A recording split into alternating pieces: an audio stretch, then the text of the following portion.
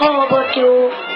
So I love stories, and my grandma too tells me stories before I go to bed. But I have some favorites. I just love the story of how Bhima, the second Pandava brother, not only ate up all of Bakasura's food, but also killed him and saved the people. My grandma isn't here to tell a story, so shall we sit as a drama? Oh, hey!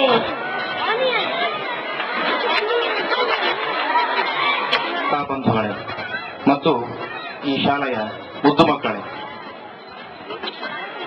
ಇದೀಗ ನಮ್ಮ ಶಾಲೆಯ ಪುಟಾಣಿ ಮಕ್ಕಳು ಒಂದು ಅದ್ಭುತವಾದ ನಾಟಕದ ಕಥೆಯನ್ನು ಹಾಡಿ ತೋರಿಸುತ್ತಾರೆ. ನಾಟಕದ ಹೆಸರು ಏಕಚಕ್ರ. ಅದರ ಕಥಾ ಸಾರಾಂಶ ಹೀಗಿದೆ.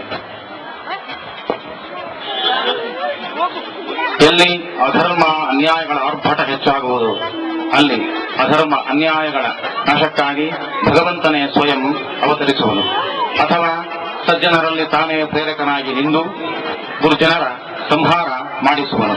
ಇದು ದುಷ್ಟ ಶಿಕ್ಷೆಗೆ, ಸಜ್ಜನರ ರಕ್ಷಣೆಗೆ ಸ್ವಯಂ ಭಗವಂತನೇ ಮಾಡಿಕೊಂಡ ಒಂದು ನಿಯಮ.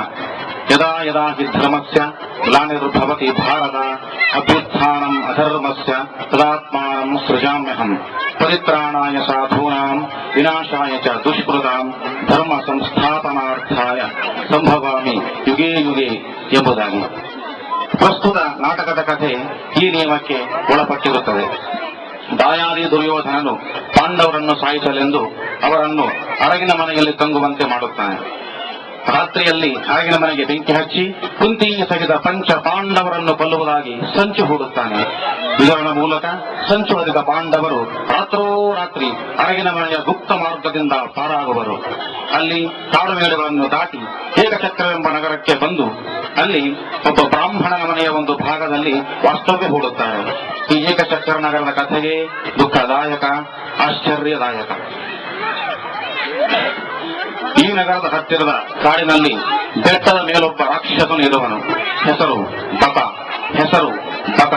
ಪ್ರತಿನಿತ್ಯ ಇವನು ಏಕಚಕ್ರ ನಗರದ ಮೇಲೆ ಆಕ್ರಮಣ ಮಾಡಿ ಕೈಗೆ ಸಿಕ್ಕಿದ್ದನ್ನು ಕಬಳಿಸುತ್ತಾ ಹಸು, ಎತ್ತು, ಎಮ್ಮೆ, ಕೋಣಗಳಾದರೂ ಸರಿ, ನರ ಮಾನವರಾದರೂ ಸರಿ, ನರಮಾಂಸವೆಂದರೆ ಇವನಿಗೆ ಅತ್ಯಂತ ಪ್ರಿಯ. ಈ ನಗರದ ರಾಜ ದುರ್ಬಲ, ಅವಿವೇಕಿ. ಅದಕ್ಕಾಗಿ ಪ್ರತಿನಿತ್ಯ ಒಂದು ಎತ್ತಿನ ಬಂಡಿ ಪೂರ್ಣ ಮೃಷ್ಟಾನ್ನ ಭೋಜನ, ಬಂಡಿಯನ್ನು ಎಳೆಯುವ 2 ಎತ್ತುಗಳು, ಬಂಡಿಯ ಸವಾರ ಒಬ್ಬ ನರಮಾನವ, ಇದೆಲ್ಲವನ್ನೂ ಬಕನಿಗೆ ಆಹಾರವಾಗಿ ಕೊಡುವುದಾಗಿ ಅವರೊಂದಿಗೆ ಒಪ್ಪಂದ ಮಾಡಿಕೊಂಡಿರುವನು. ಈ ಒಪ್ಪಂದದ ಪ್ರಕಾರ ದಿನಕ್ಕೊಂದು ಮನೆಯಿಂದ ಆಹಾರ ವ್ಯವಸ್ಥೆ ಮಾಡಿ ಜೊತೆಯಲ್ಲಿ ಮನೆಯ ಒಬ್ಬ ವ್ಯಕ್ತಿಯು ಬಕನಿಗೆ ಬಲಿಯಾಗಬೇಕಿತ್ತು. ಅಂದೊಂದು ದಿನ ಪಾಂಡವರಿಗೆ ಆಶ್ರಯ ನೀಡಿದ ಬ್ರಾಹ್ಮಣನ ಸರದಿ. ಇಬ್ಬರು ಚಿಕ್ಕ ಮಕ್ಕಳ ತಂದೆ ಬ್ರಾಹ್ಮಣನು ಹೆಂಡತಿಯೊಳಗೂಡಿ ದುಃಖಪಡುತ್ತಿದ್ದಾನೆ. ನಾಳೆ ಮುಂಜಾವದಲ್ಲಿ ಮಗನಿಗೆ ಬಲಿಯಾಗಲು ಯಾರು ಹೋಗಬೇಕು ಎಂಬುದಾಗಿ. ಬ್ರಾಹ್ಮಣನ ಕುಟುಂಬದ ಆರ್ತನಾದ ಕೇಳಿದ ಕುಂತಿ ಬ್ರಾಹ್ಮಣನಿಂದ ಸಮಸ್ಯೆಯನ್ನು ಅರಿತು ಆ ಕುಟುಂಬದ ರಕ್ಷಣೆಗೆ ಮುಂದಾಗುವಳು. ಬಲ ಪರಾಕ್ರಮಗಳಲ್ಲಿ ಸರಿಸಾಟಿಲ್ಲದ ಭೀಮನನ್ನು ಬಕನ ಬಳಿ ಕಳುಹಿಸುವಳು. ಈಗ ಭೀಮನ ಸರದಿ ಇಲಿಯೊಂದಿಗೆ ಬೆಕ್ಕು ಚೆಲ್ಲಾಟವಾಡುವಂತೆ ಮಗನೊಂದಿಗೆ ಸೆಣಸಾಡಿ ಮಗನನ್ನು ಬಗೆಯುವನು ಭೀಮ. ಮಗನ ಸಾವಿನ ಸುದ್ದಿ ಮಿಂಚಿನಂತೆ ಹಬ್ಬುತ್ತಿರಲು ಪಾಂಡವರು ಆ ನಗರವನ್ನು ತೊರೆಯುವರು. ಚಿತ್ತ ಪಾಂಡವರು ಸಚ್ಚಿಲ್ಲವೆಂದು ಅರಿತ ದುರ್ಯೋಧನನ ಬಗೆಯಲ್ಲಿ ಭಯ ಮೂಡುವುದು. ಈಗ ಏಕಚಕ್ರ ನಾಟಕ ಆರಂಭವಾಗುತ್ತದೆ.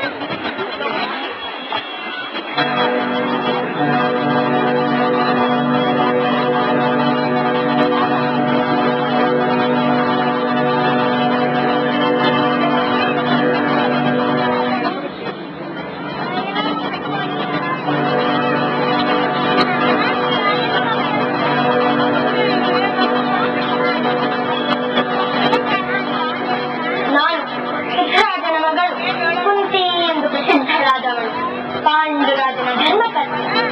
ಇಂದು ನನ್ನ ಗಂಡ ಕೇವಲ ನನ್ನ ನೆನಪಿನಲ್ಲಿ ದೇವೇಂದ್ರನಂತೆ ಕಂಗೊಳಿಸುವ ಪಂಚ ಪಾಂಡವರೆಂದೇ ಖ್ಯಾತರಾದ ನನ್ನ ಮಕ್ಕಳು ಧನುವಿಧಿವಶಾತ್ ಏಕಚಕ್ರ ನಗರದಲ್ಲಿ ಬ್ರಾಹ್ಮಣ ವೇಷಧಾರಿಗಳಾಗಿ ಖಡ್ಗ ಹಿಡಿದ ಕೈಯಲ್ಲಿ ದೀಕ್ಷಾ ಪಾತ್ರ ಹಿಡಿದು ಮನೆಯಲ್ಲಿ ಭಿಕ್ಷೆ ಬೇಡಿ ಶಿಕ್ಷಾನ್ನ ತಂದು ನನ್ನನ್ನು ಸಾಕುತ್ತಿದ್ದಾರೆ. ಮಗ ಶೂರನಾದರೇನು, ಪಂಡಿತನಾದರೇನು, ಭಾಗ್ಯ ಬಂದಿರದಿದ್ದರೆ ಶಿಕ್ಷಕನೇ ಸರಿ. ನನ್ನ ಮಕ್ಕಳಿಗೆ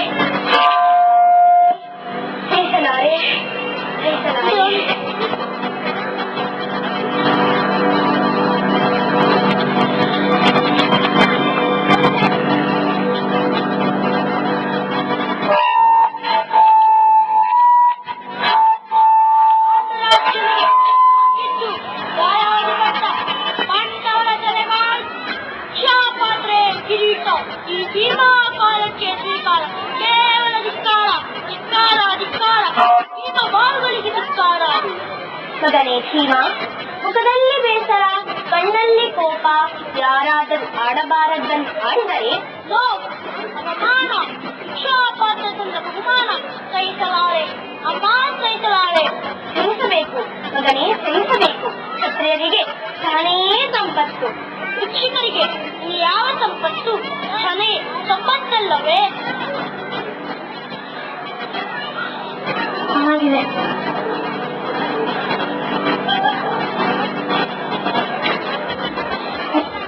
ನಿಜ, ಸತ್ಯ ನಮ್ಮ ತಾಯಿ, ನಮ್ಮ ತಂದೆ, ನಮ್ಮ ನಮ್ಮ ಸ್ನೇಹಿತ, ಇರುವಲ್ಲವೇ ದಯಾ ಧರ್ಮಗಳ ಭಾರವನ್ನು ಹೊತ್ತವರು. ಇಲ್ಲ, ಈ ಪಾಂಡವರ ಭಾರ